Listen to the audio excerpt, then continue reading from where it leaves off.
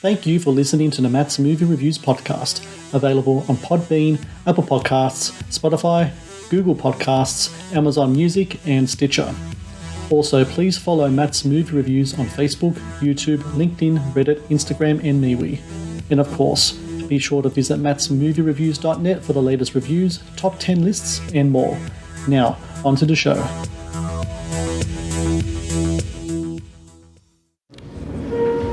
What are we doing here? A couple of weeks ago, I got a letter in the mail inviting me to a no-strings-attached sexual encounter in a hotel room. It's a pretty card, looked official. I don't know. I was stupid. I went. What? Dude, this is nuts. I had to wear a blindfold. But the woman...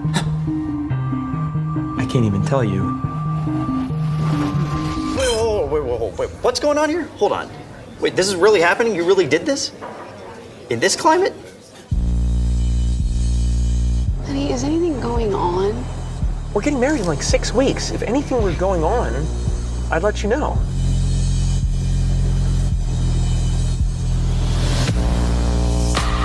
Now I'm suspicious of everyone. Maybe it's your wife. Maybe it's my wife. People are so terrified of stepping out of line. Consequences won't go away anymore. Come on. Jacqueline, was I taken off of the email chain with Marvel? This is a failure. I can't use the language that I'd like to use to you right now because of the new direction that the agency and the country is going. I'm fine. Everything's great with me. This isn't a midlife crisis. I'll let you know when I'm having one of those. Hey, Jacqueline, perfect timing. So how are you going to come in tomorrow? Let's call today a wash, okay? How are you going to look tomorrow when you come in? How are you going to convince me today that you're better at your job tomorrow? Jacqueline. I think maybe now is a good time we all take a break and reassess what it is we're doing here.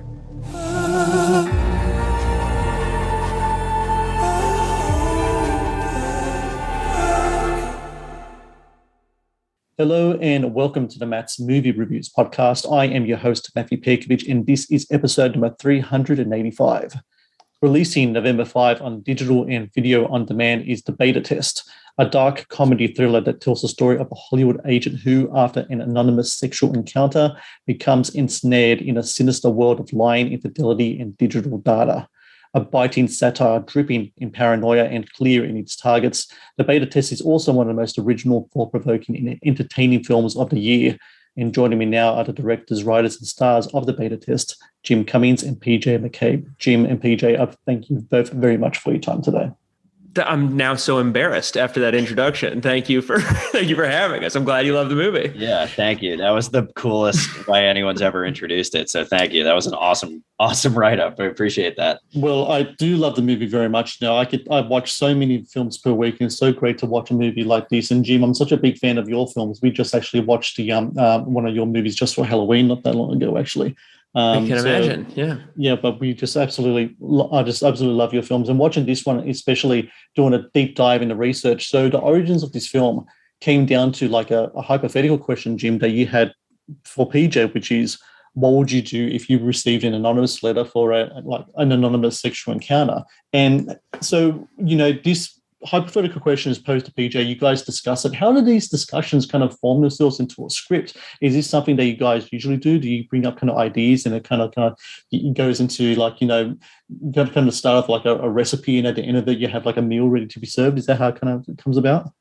Yeah, it's a bit like that. Of like we have the meat product. We know what the protein is going to be for the meal, and then we think about all the other ingredients and how you make that perfect for digestion.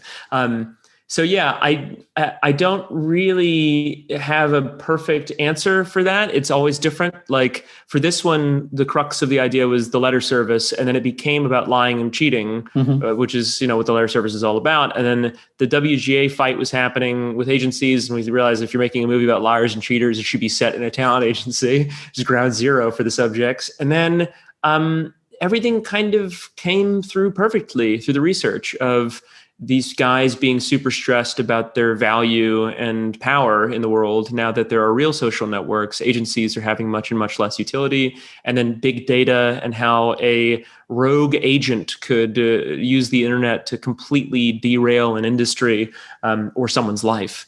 And it was just very easy for us to write the thing. We did a bunch of research. We got to pretend to be investigative journalists a bit to research agencies and how they think and how they talk.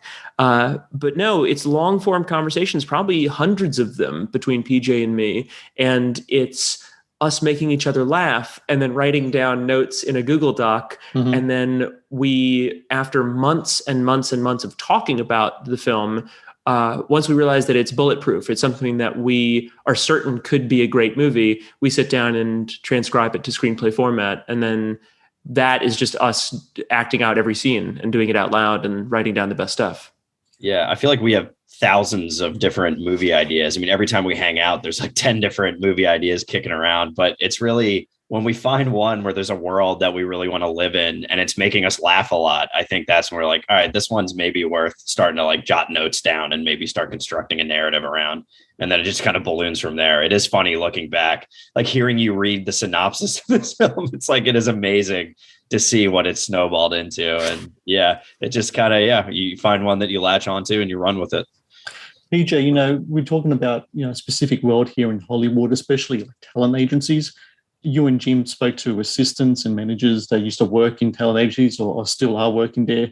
And it's quite extensive research. I think it's like from what I read, like a year and a half worth of stuff you guys put into it. How does talking to these people and their experiences kind of shape your script? Is there kind of like things verbatim from their discussions actually show up in your movie? Is there things that were so outlandish that you couldn't show up in a movie because, as people say, sometimes the strangest things in life, the truest things in life, things like that can happen. Oh yeah, there were things we used verbatim. One of the Jacqueline scenes where Jordan is just reprimanding her was verbatim from a conversation that was overheard, and there were a lot of stuff that we didn't put in. Honestly, I looking back now, I feel like it was pretty tame. Like we kind of like held back on a lot of the stuff because a lot of things, if would seem so unbelievable, people would probably think we made it up. Like we were just doing it for shock effect for the movie. But yeah, I mean, we could have gone full Wolf of Wall Street with the chaos and the sex and the drugs in the office, but really just kept it more to just kind of the sad, like loser aspect of just like mean people in the office, which is just as terrifying and sad to see. But we could have gone a lot further with a lot of the stuff that we know goes on. Jim, I've heard you describe the film as genre fluid, and I think that's a really kind of a specific way to look at the movie. I think a lot of your films have that towards it. It's not really pigeonholed into one thing. There's a lot of different things happening there. But when it comes to this movie itself, was the intention always to kind of make a satire of all of this stuff? Or were some of these real-life situations so over the top, they just lends itself to be satire? Because from what I read, you guys were looking specifically more like a horror thriller, kind of like straight ahead kind of thing. But I'm sure the scenarios you were presented with was like you can't help but poke and make fun of all these scenarios that were presented to you. Yeah, I mean, it was great to do both. So I mean, anything that PJ and I are going to do is going to be funny. Like we're both idiots, and so it's got to have comedy to it. We always say if you don't make jokes throughout your movies, your audiences will, and that's been true for us. I mean, most of the time when we're watching something boring, we'll make jokes throughout the movie, and it's more interesting than watching the movie. And so our job is to make the film as compelling and fulfilling for audiences, cinephiles, as possible. So I think that's the through line. Although it is genre fluid, the majority of my films, it's just incorporating comedy into films that normally wouldn't have comedy. It's a surprise that there's jokes or satire in the thing. But then I had this axe to grind against Hollywood. I've been an independent filmmaker for 10 years now, 12 years now. And, it's kind of the job of the independent filmmaker to make fun of the power dynamics and the structures that keep independent film from getting made. And it's awful. It is a really terrible racketeering organization that is ensuring that expensive, terrible shit gets made and the money stays out of the pockets of independent filmmakers. So I really wanted to make a satire about that and insult the people who have never been insulted before, to make those people feel inadequate in a way that they make their clients feel every day. And I thought that was important. And as an independent filmmaker, kind of realized in writing the project that we were great candidates to be able to say that stuff. The Matt's Movie Reviews podcast is brought to you by 80s Tees. 80s Tees is an online retailer of licensed t-shirts and pop culture gear from your favorite movies, TV shows, cartoons, video games, comic books, and musicians. Celebrate your inner 80s nerd and click on the link in the show notes below to get the raddest retro t-shirts delivered to your door. The Matt's Movie Reviews podcast is brought to you by Loot Crate. Founded in 2012, Loot Crate is the worldwide leader in fan subscription boxes. Loot Crate partners with industry leaders in entertainment, gaming, sports, and pop culture to deliver monthly themed crates, produce interactive experiences in digital content, and film original video productions. No matter what you geek out about, Loot Crate has a subscription box for you. To get your very own exclusive collectibles, apparel, and gear delivered to your door, be sure to click on the link in the show notes below. The Matt's Movie Reviews podcast is also brought to you by Vudu. Watch the latest movies and TV shows anytime, anywhere. No subscriptions, no contract. Enjoy stunning quality in up to 4K ultra high definition at home, and download and watch on your mobile device as well. To rent and buy from over 100,000 titles or watch thousands of movies free with Vudu Movies on us, be sure to click on the link in the show notes below. Now, back to the show.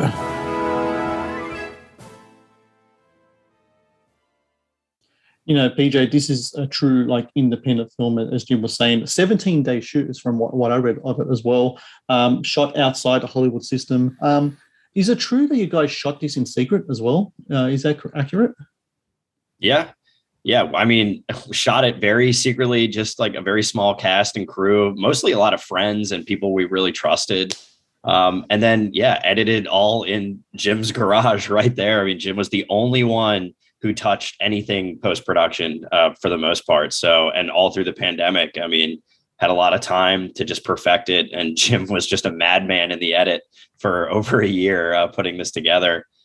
Secretly. I mean, hardly anyone saw cuts, really just our producers and me. We didn't send the script to anybody. Yeah, nobody had any idea about this. They knew it existed, but they didn't really know much about it. And it really crazy that we were able to keep it under wraps for so long.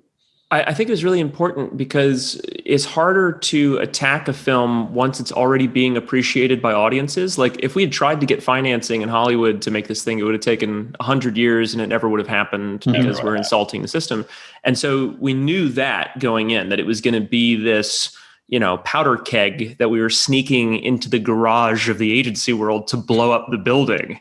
And we knew that it would take us being very quiet about it until it came out. Because if people are loving it, you got to get on stage to make fun of the people, and then they have to laugh it off and shrug. But if you're making fun of someone and you're not on the stage yet, you get kicked out of the club. So it was very important for us to finish the thing and make it perfect before any criticism of the film was available from the agency world. Jim, as I said, I've watched all your films, and when it comes to the characters that you play in these films, these three films of yours I've seen, I like to unofficially call them the Desperate Man trilogy, because you portray these guys kind of on the verge of insanity. There are situations that are in the stress levels just go right up, and there's just one more little thing that's going to come and will push them right over the edge. But I kind of just managed to kind of come back off the edge of that mountain there. When it comes to portraying men like that, what is it about that characteristic in these characters that really kind of speak to you, not only as a filmmaker, but as a performer as well?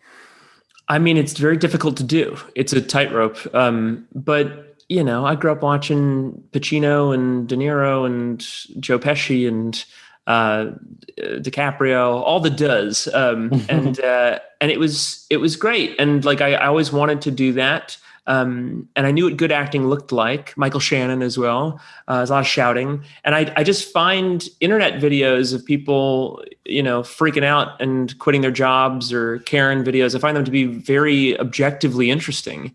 And I'm not a trained actor, but I had early successes doing short films that I would act in, like the Thunder Road short, where I would just humiliate myself. And it was such a great audience pleaser because the audience could feel more powerful than a guy in a policeman's uniform, and also have the medicine that goes down with the sugar of thinking about grief and mortality and life and love and legacy. So I realized I was able to do the sleight of hand stuff well.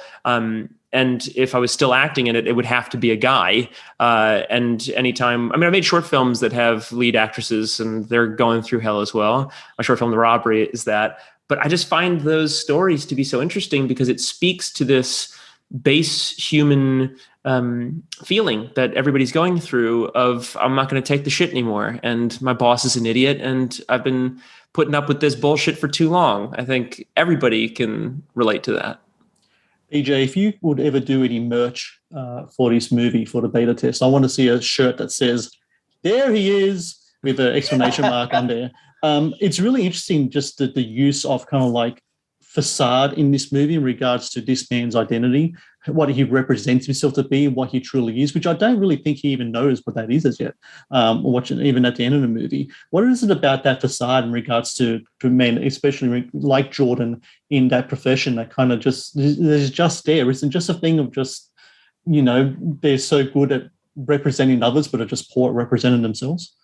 Yeah, it just seems exhausting. There's a part of me that feels bad for these guys because it's just like, you're just this empty suit. And it's not just, that's a lot of different industries and this corporate world that people are forced to live in, where you kind of like your identity is just kind of your job and that's it. And you don't really know who you really are anymore. And just the corporate doublespeak was so funny to us. We all deal with this, let's keep talking, and we're all excited and it doesn't mean anything. It's just like bullshit we say to each other to just kind of like, fill dead air, but like nothing ever gets done. And that was funny to us. So like, we wanted to poke fun at the fact that these people, just kind of don't really have an identity and just kind of sad for it. And as shitty as Jordan is, you kind of feel bad for him. Yeah. I think everybody relates to that. There's that Jean-Paul Sartre quote. He says, "There's no such thing as a waiter. There's only someone pretending to be a waiter." Mm-hmm. And I find that to be very true across industries. This one is the most pathetic because the job is to be a dickhead. And so I don't know why people continue to do it. It just seems like a nightmare thing to do. I guess there's some power involved, but I guess the point is like, they don't really have power anymore. So like, what are we doing here? Like, I don't know. It's just kind of a weird place to be. And that's a lot of jobs, I think, not just agents. Oh yeah, definitely. I think there's a lot of kind of positions and companies that can really, where you can find people like that. My final question here, Jim, I just want to quote a line from the film, which is, it goes something like, people in the dark who will do anything they can to corrupt this. And I think that's clearly in reference to, not to give away too much in regards to the plot of the film, but like the internet and the impact that it can have on relationships and people's lives. You yourself, Jim, when it comes to the use of social media, internet, I find you to be an incredibly effective communicator on there. You use the platforms really well.